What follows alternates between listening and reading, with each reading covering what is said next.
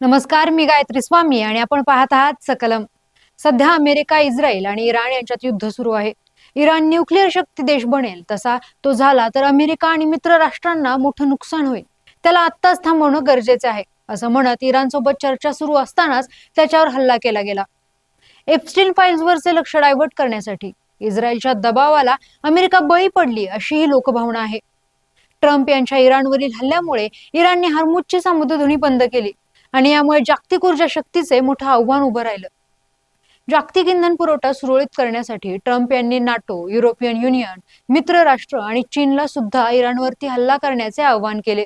पण सर्वांनीच ट्रम्प यांची मदत करण्याचं नाकारलं. हे का झालं? ट्रम्प एकटे पडलेत का? अमेरिकेचे परराष्ट्र धोरणावर आता प्रश्नचिन्ह उभे राहिले आहे. या सर्व गोष्टींचा आढावा आपण यात घेणार आहोत. पहिले जाणून घेऊयात युरोपियन देशांची भूमिका. 27 राष्ट्रांचा समूह म्हणजे युरोपियन युनियन होय. काही युरोपियन देशांनी इराणवरचा हल्ला युद्धाचे जागतिक नियम धाब्यावर बसवून केलेला आहे असं ठामपणे सांगितलं आणि युद्धात सहभागी होणार नसल्याचे देखील घोषित केले.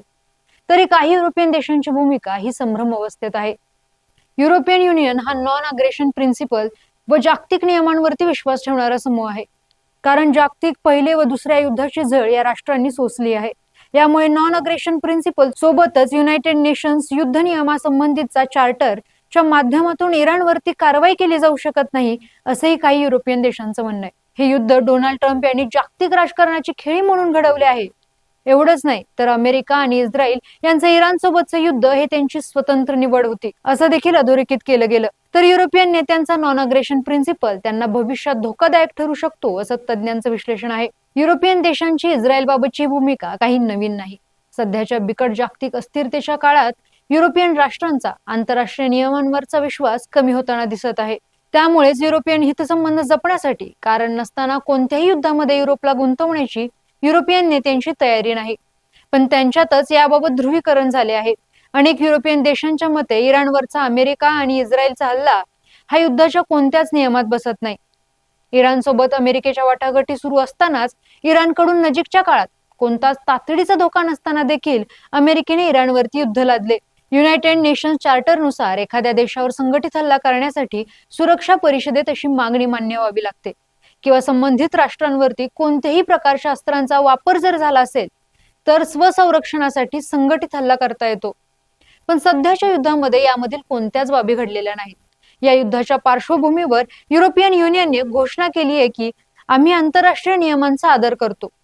सध्याचा हल्ला हा युनायटेड नेशन्सच्या चार्टरमध्ये येत नाही, त्यामुळे आम्ही संघटित हल्ला इराणवर करणार नाही. तर जर्मनचे चान्सलर फ्रेडरिक मर्ज यांचं म्हणणं आहे की आपण कोणत्या चार्टरच्या आधारे इराणच्या विरोधात उभे राहायचे नाही, जेव्हा इराण स्वतःच अशा कोणत्याही आंतरराष्ट्रीय कायद्याचा आदर करत नाही. त्यामुळे ही वेळ अमेरिका इस्रायलला भाषण ऐकवण्याची नसून त्यांच्या बाजूने उभे राहण्याची आहे. युरोपियन कमिशनची प्रेसिडेंट उर्सुला यांनी स्पष्ट केले की इराणच्या लोकांना स्वातंत्र्य मिळवण्याचा पूर्ण अधिकार आहे. डच देशाचे परराष्ट्र मंत्री टॉम ब्रेंटसेन म्हणाले की सध्याच्या परिस्थितीकडे बघण्याचा केवळ आंतरराष्ट्रीय कायदा हाच ठोकताळ असू शकत नाही. इराणची राजवट ही एक खुनी राजवट आहे, हे सुद्धा आपण पाहिले पाहिजे. त्यामुळे जागतिक सुरक्षितेच्या दृष्टिकोनातून इराणवरच्या हल्ल्याकडे बघितले पाहिजे. तर फ्रान्स देशाचे राष्ट्राध्यक्ष इमॅन्युएल मॅक्रॉन म्हणाले की या युद्धाची प्राथमिक जबाबदारी इराणची आहे, पण अमेरिका व इस्रायल यांनी ज्या ऍक्शन्स घेतल्यात त्या आंतरराष्ट्रीय नियमांच्या चौकटीत बसत नाही आणि या कृती समजून घेण्यासारख्याही नाहीत व याचं जस्टिफिकेशन देण्याजोग्या देखील नाहीत. अशा तीव्र शब्दात त्यांनी युद्धाचा लेखाजोखा म्हटला. दुसरीकडे स्पॅनिश पंतप्रधान पेड्रो सँचेज म्हणाले की इराणवरचा हल्ला हा जागतिक नियम चौकटींवर केलेला हल्ला आहे, त्यामुळे आम्ही इराणवरती हल्ला करणार नाही, ज्यामुळे जागतिक अस्थिरता अजून तीव्र होईल. यासोबतच नॉर्वे सरकारने देखील आंतरराष्ट्रीय नियम धाब्यावर बसवून इराणवरती हल्ला केल्याचे म्हटले. तर ब्रिटिशचे पंतप्रधान केअर स्टारमर यांनी दुसऱ्या देशात असलेल्या ब्रिटिश तळांचा वापर कोणतेही गैरकृत्य करण्यास वापरू देणार नाही असे स्पष्ट केले. युरोपियन युनियन मध्ये असे दोन गट असले तरी हे युरोपचे युद्ध नाही. आम्ही हे युद्ध सुरू केले नाही. युद्ध सुरू करताना आम्हाला विचारात घेण्यात आले नाही. हे युद्ध नेमकं कशासाठी सुरू करण्यात आले याचीही आम्हाला माहिती नाही. त्यामुळे विनाकारण या युद्धात ओढले जाण्याची आमची कोणतीही तयारी व इच्छा देखील नाही, हे त्यांनी स्पष्ट केले. आता जाणून घेऊयात नाटोची भूमिका. नाटो हे एक 32 देशांचं संघटन आहे. नाटो मधील फक्त 6 देशांनी अमेरिका इस्रायल यांच्या इराणवरच्या हल्ल्यात सहकार्य करण्याचे मान्य केले, ज्यात चेक Republic, Albania, Kosovo, North Macedonia, Lithuania आणि लाटाविया या देशांचा समावेश आहे. तर डेन्मार्क, फिनलँड आणि लुक्झेंबर्ग या देशांनी तटस्थ भूमिका घेतली आहे व इराणच्या रिजिम बद्दल नाराजी व्यक्त केली. तर इटली, स्पेन सारख्या देशांनी अमेरिकेवर कठोर शब्दात टीका केली आहे. तर नाटोचं म्हणणं आहे की नाटो ही सुरक्षा अलायन्स आहे. नाटो ही काही आक्रमक अलायन्स नाही. त्यामुळे स्वतःच्या सुरक्षतेसाठीच ती हल्ला करते. त्यामुळे इराण सोबतच्या युद्धात नाटो सहभागी होणार नाही. नाटो या अगोदर अफगाणिस्तानमध्ये तसेच लिबियाच्या मुअम्मर गडाफीच्या विरोधात अमेरिकेच्या बाजूने खंबीरपणे उभे राहिला आहे. पण सध्याच्या इराण अमेरिका युद्धात जागतिक ऑर्डरचा विचार करता आम्ही अमेरिकेला मदत न करण्याचे धोरण स्वीकारले आहे, असे नाटोने स्पष्ट केले. इराण युद्ध संदर्भात नाटो मित्रांनी ट्रम्पला मदत करण्याचे नाकारल्यामुळे ट्रम्प नाटोवरती भडकलाय. इराणच्या बाबतीत नाटोची ही भूमिका मूर्खपणाची आहे. आम्हाला नाटो मित्र राष्ट्रांच्या मदतीची गरज नाही. मी एक हाती युद्ध लढवेल, असं वक्तव्य त्यांनी केलं. ट्रम्प यांनी रशियाच्या युक्रेन आक्रमणानंतर नाटोला $1 बिलियन मदत केली.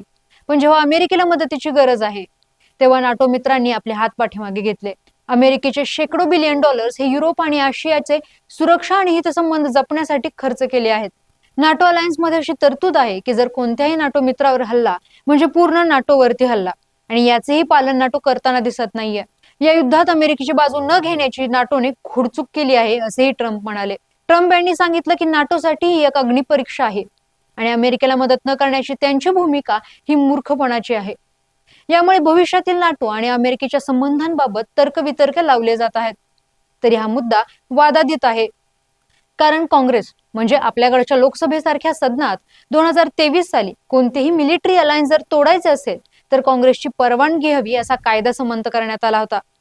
तरी ट्रम्प हे त्यांची राष्ट्राध्यक्षांची अधिकार क्षमता वापरण्याची शक्यताही नाकारता येत नाही. नाटो सोबतच अमेरिकेने जपान, ऑस्ट्रेलिया, दक्षिण कोरिया एवढंच काय तर चीनकडे सुद्धा हर्मुजची सामुद्रधुनी पुन्हा सुरळीत करण्यासाठी पावले उचलण्याचे आवाहन केलेले. चीन वगळता हे सर्वच देश अमेरिकेचे जुने मित्र. पण इराण, अमेरिका, इस्रायल युद्धात इंधन दरवाढ, महागाई, जागतिक व्यापार विस्कळीत झाला. याचा आर्थिक फटका संबंधित देशांना झाला. यामुळे या सर्व देशांनी अमेरिकेची मदत करण्याचे नाकारले. उत्तर कोरियाचे राष्ट्राध्यक्ष किम जोंग उन यांनी इराणला जर मदत हवी असेल तर आम्ही करायला तयार आहोत, असे स्पष्ट केले. उत्तर कोरिया हा न्यूक्लिअर क्षेपणास्त्र संपन्न देश आहे.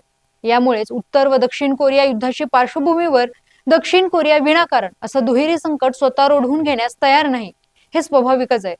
नाटो, युरोपियन युनियन आणि जुने मित्र राष्ट्र या सर्वांनीच अमेरिकेला मदत करण्याचे नाकारल्याने ट्रम्प आता एकटे पडले आहेत का, असा सवाल पडतो.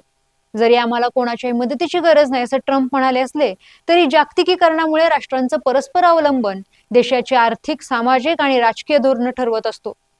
आता ट्रम्प यांच्या एकाकी पडण्याची बरीच कारण आहेत. त्यापैकी पहिलं कारण पॅरिस अग्रीमेंट मधून ट्रम्प यांची माघार.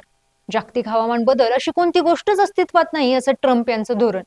तर युरोपियन युनियन आणि नाटो हे जागतिक हवामान स्थिरतेसाठी प्रयत्न करणारे राष्ट्रसमूह. दुसरं महत्वाचं कारण म्हणजे ट्रम्प यांचं टॅरिफ वॉर. अचानक जगावर लादलेले निर्बंध टॅरिफ यामुळे जागतिक व्यापार मोठं संकट निर्माण झालेलं. त्याचा फटका युरोपियन राष्ट्रांना देखील बसलेला. त्यानंतर टॅरिफ मध्ये बदल करण्यात आले.